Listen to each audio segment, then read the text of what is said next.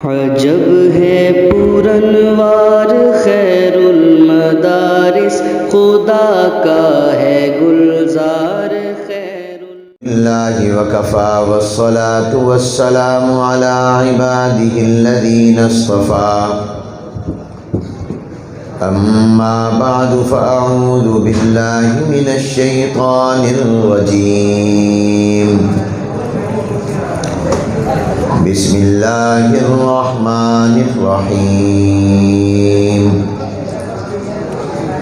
يرفع الله الذين آمنوا منكم والذين أوتوا العلم درجات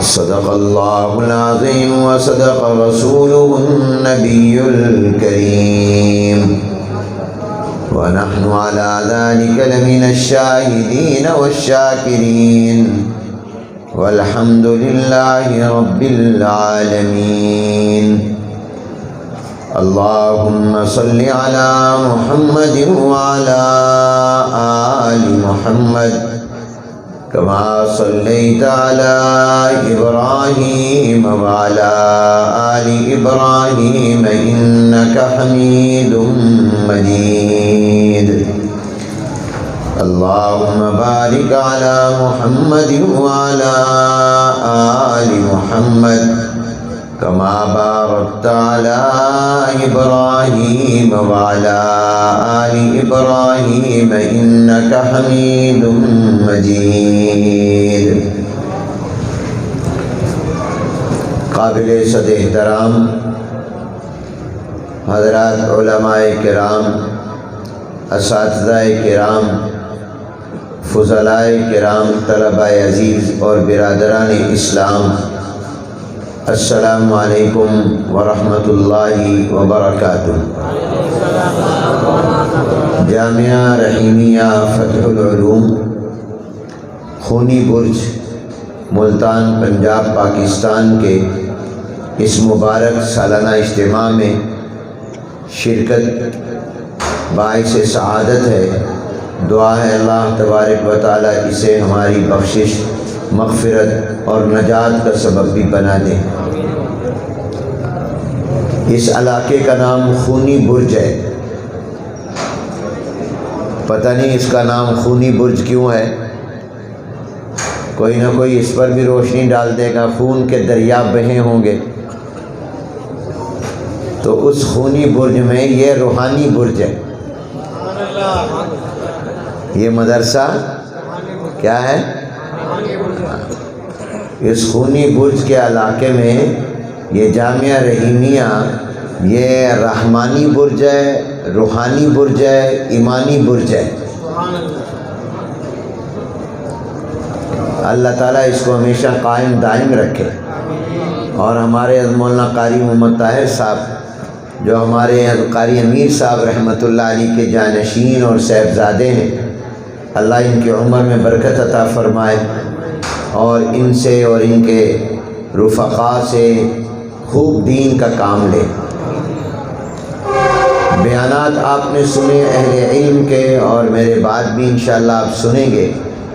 میں صرف دو باتیں کرنا چاہتا ہوں، جن میں سے ایک بات کا تعلق میرے سامنے موجود ان فضلاء سے ہے جو آج دورہ حدیث کا اپنا آخری سبق پڑھ رہے ہیں، اور یہ مخاطب بعد میں ہیں۔ میں اپنے آپ کو گویا یہ بات پہلے کہہ رہا ہوں، اور اس مجلس میں موجود جتنے بھی ہمارے فضلاء اور طلباء ہیں ان سب کی خدمت میں یہ درخواست کر رہا ہوں، ایک بات ان سے کرنی ہے اور ایک بات آپ لوگوں سے جو ان سے محبت رکھتے ہیں۔ ان سے جو بات کرنی ہے وہ اسی بخاری شریف میں، اس کی جلد اول میں، کتاب العلم میں، ایک عظیم محدث اور فقیہ اور عالم ربیعۃ الرائے رحمۃ اللہ علیہ کا ایک فرمان اور ارشاد گرامی آپ نے پڑھا ہوگا۔ ان کا نام تو ربیعہ ہے، ان کو ربیعۃ الرائے کیوں کہتے ہیں؟ یاد رکھیے اس زمانے میں ایک اصطلاح تھی اصحاب الرائے کی اور اہل الرائے کی۔ بعض لوگ تو اس کا معنی یہ سمجھتے اور یہ مطلب کہتے تھے کہ یہ وہ لوگ ہیں جو قرآن و حدیث کے مقابلے میں اپنی رائے پر عمل کرتے ہیں، یہ قرآن و حدیث کی بجائے اپنی رائے پر چلنے والے ہیں، لیکن یہ مطلب غلط ہے۔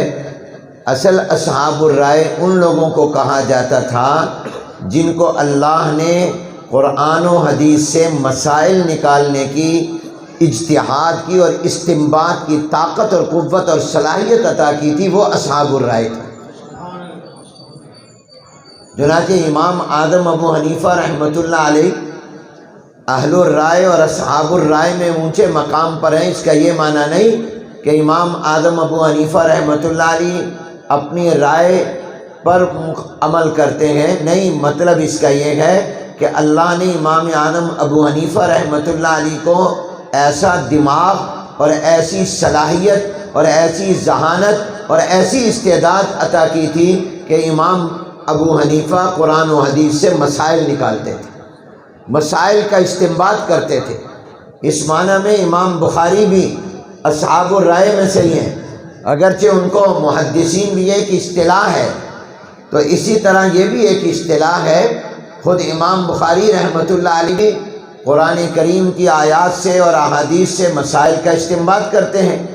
میں ابھی عرض کر رہا تھا کہ علامہ خالد محمود صاحب رحمۃ اللہ علیہ فرمایا کرتے تھے کہ بخاری شریف حدیث کی کتاب بھی ہے، تفسیر کی کتاب بھی ہے، فقہ کی کتاب بھی ہے، مگر اس میں حدیث و تفسیر بعد میں، اصل یہ فقہ کی کتاب اس معنی میں ہے کہ امام بخاری فقہ پہلے بیان کرتے ہیں، قرآن اور حدیث بعد میں بیان کرتے ہیں۔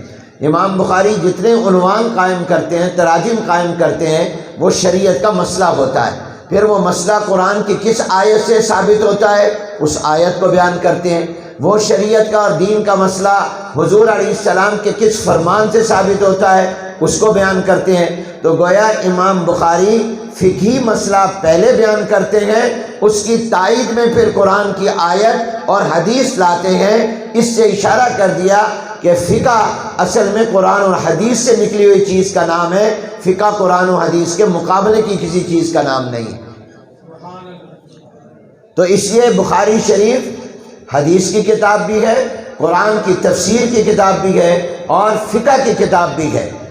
اس میں امام بخاری رحمۃ اللہ علیہ نے کتاب العلم کے اندر ربیعۃ الرائے رحمۃ اللہ علیہ کا ایک قول نقل کیا جو مجھے اور آپ کو ایک بہت بڑا پیغام دے رہا ہے۔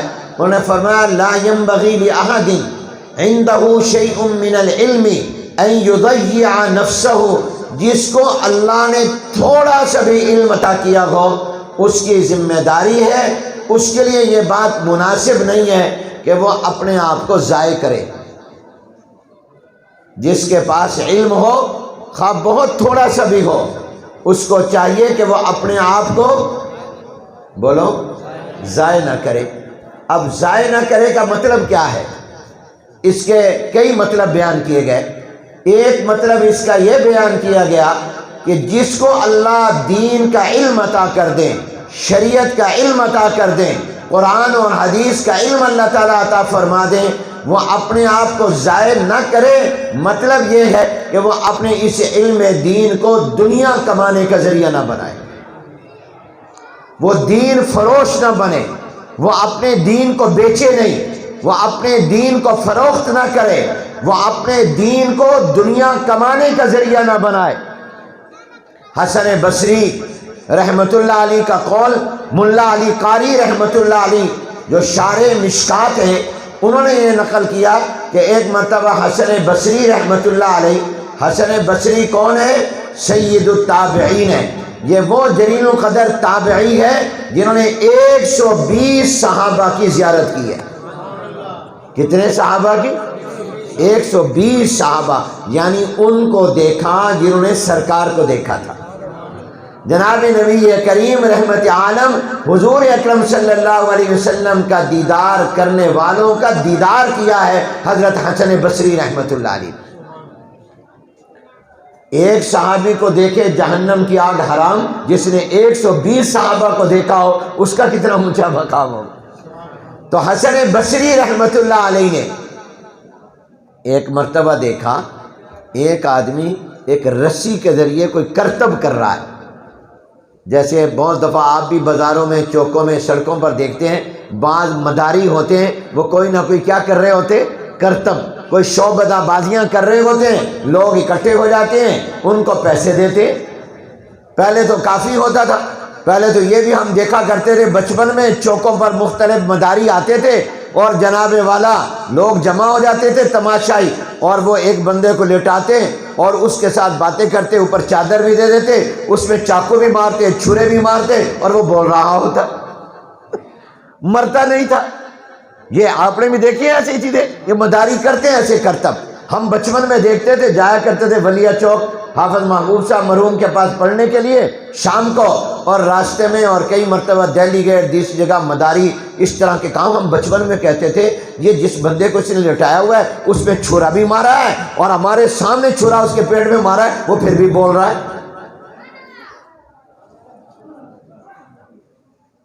یہ بہت سارے شعبہ. تو حسن بصری رحمۃ اللہ نے ایک مداری کو دیکھا، وہ رسی کے ذریعے اور وہ کوئی نہ کوئی کرتب کر رہا ہے. تو حسن بصری رحمۃ اللہ علیہ نے اس کو دیکھ کر تبصرہ فرمایا ھذا احسن من اصحابنا، یہ ہمارے لوگوں سے بہتر ہے. کیسے؟ فرمایا فإنہ، یہ کیا کر رہا ہے؟ یہ جو رسی کے ساتھ کرتب کر رہا ہے، یہ کیا کر رہا ہے؟ فرمایا فإنہ یطلب الدنیا بالدنیا، یہ دنیا کے ذریعے دنیا کما رہا ہے. یہ کیا کر رہا ہے؟ دنیا کے کرتب کر رہا ہے، اور کوئی قرآن کی آیتیں تو نہیں پڑھ رہا، کوئی حدیثیں تو نہیں پڑھ رہا، یہ دنیا کے ذریعے دنیا حاصل کر رہا ہے، یہ دنیا کے ذریعے دنیا لے رہا ہے. وَأَصْحَابُنَا، ہمارے ساتھی کیا کر رہے ہیں؟ یطلب الدنیا بالدین، وہ دنیا دین کو بیچ کر حاصل کر رہے ہیں.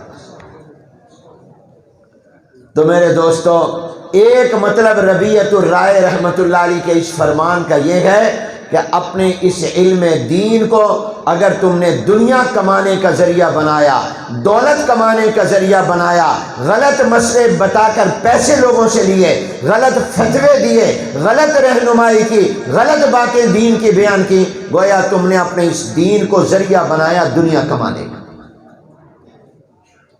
یہ نہ کرنا.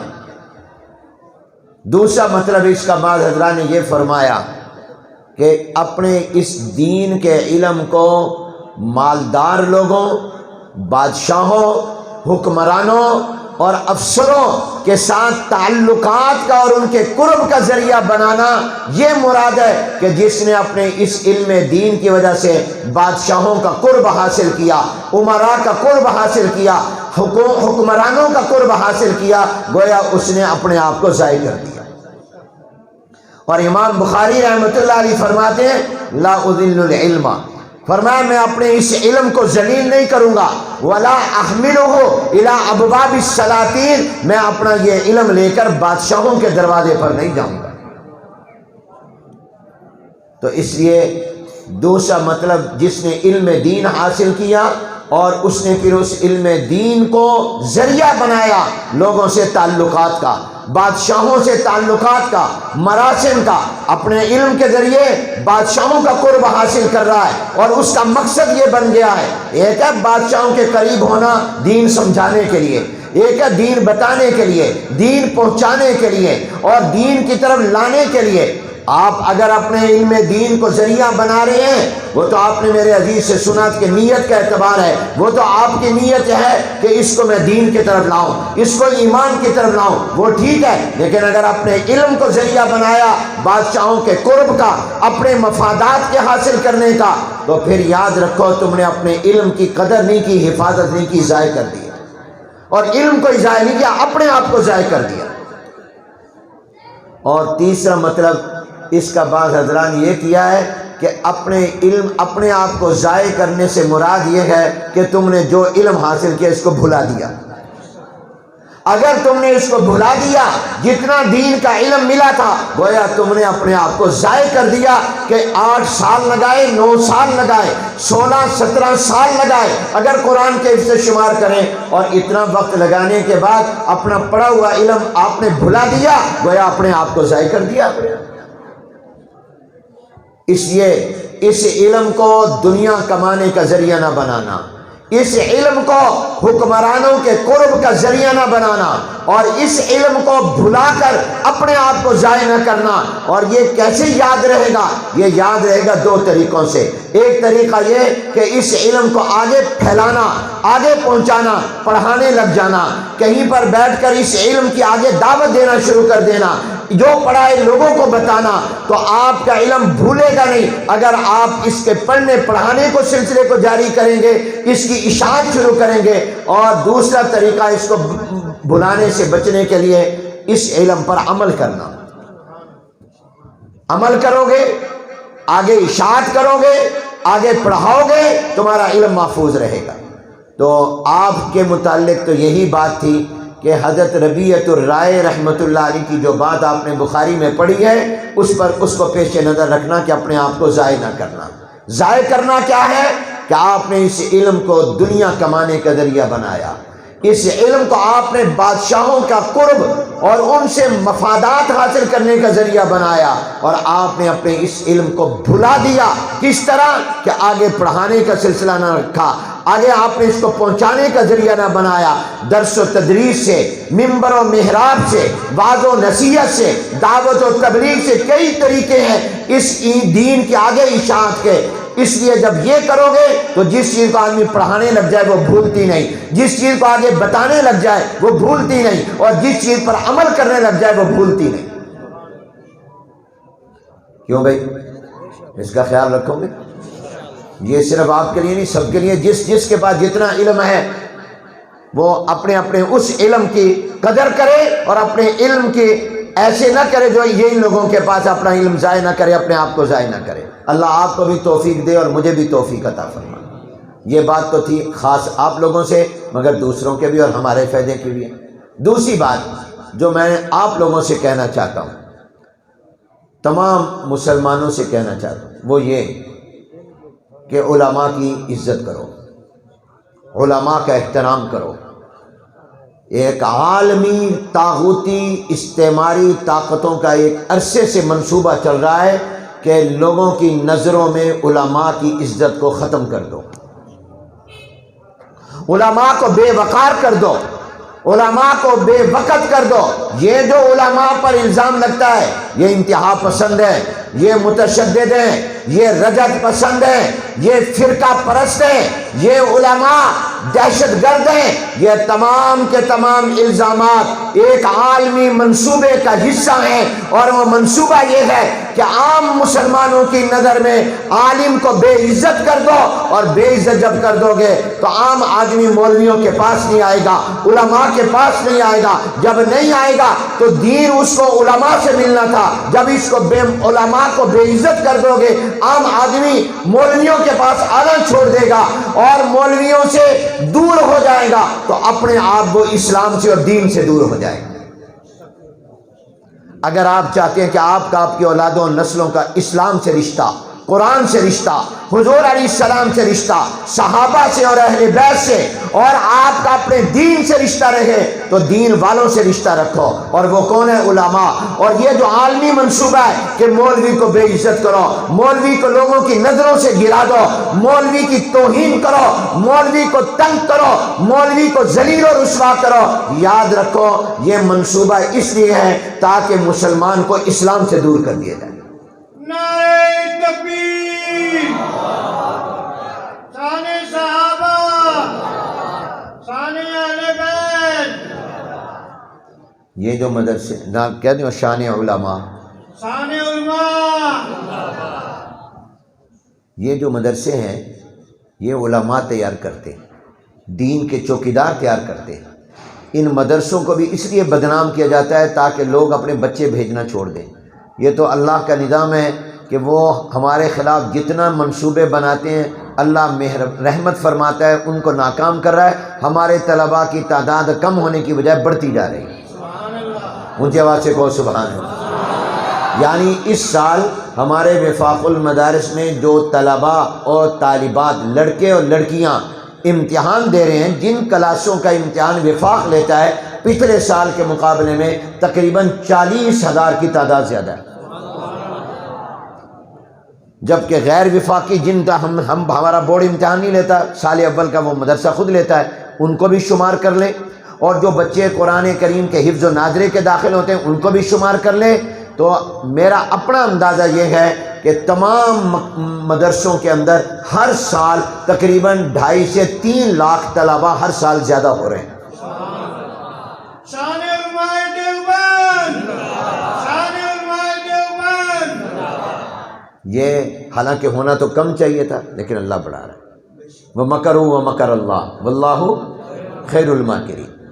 تو میرے عزیزوں، میں آپ سے یہ بات کہہ رہا ہوں، ان کو میں نے یہ جو بات کہی وہ آپ نے سنی، وہ ان کے لیے بھی، آپ کے لیے بھی، میرے لیے بھی۔ دوسری بات یہ، علماء کی عزت کرو، علماء کا احترام کرو، اور علماء سے اپنا تعلق قائم کرو، جتنا ہو سکے علماء کے ساتھ اپنی دوستی بڑھاؤ، ان کے پاس آنا جانا رکھو۔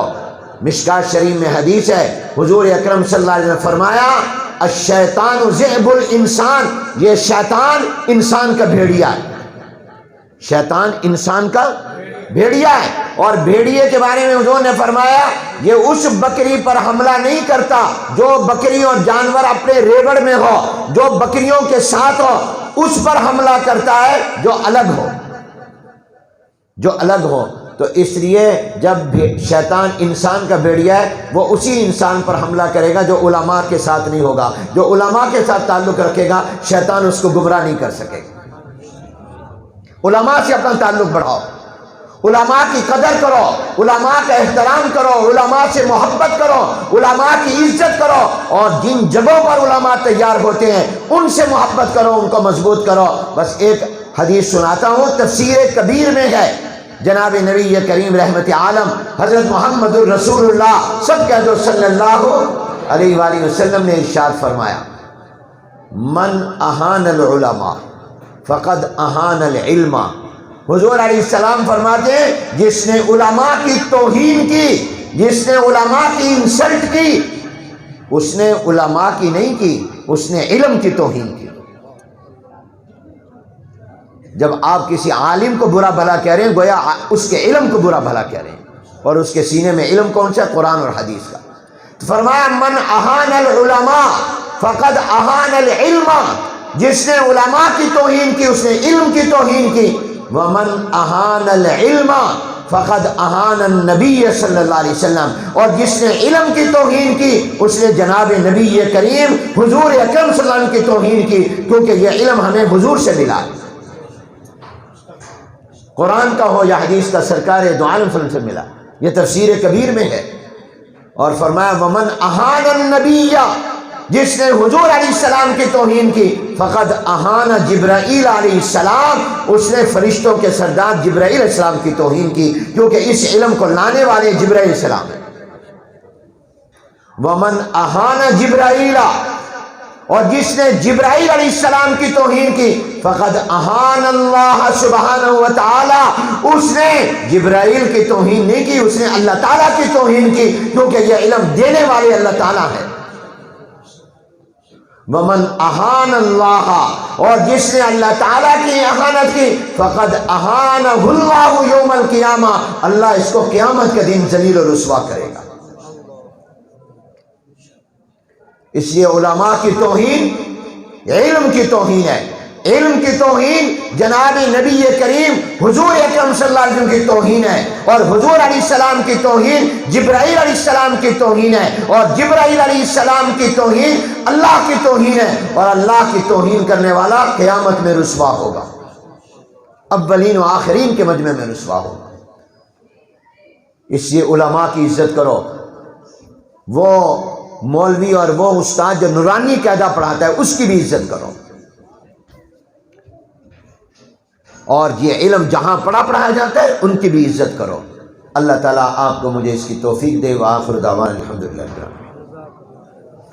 عجب ہے پورنوار خیر المدارس، خدا کا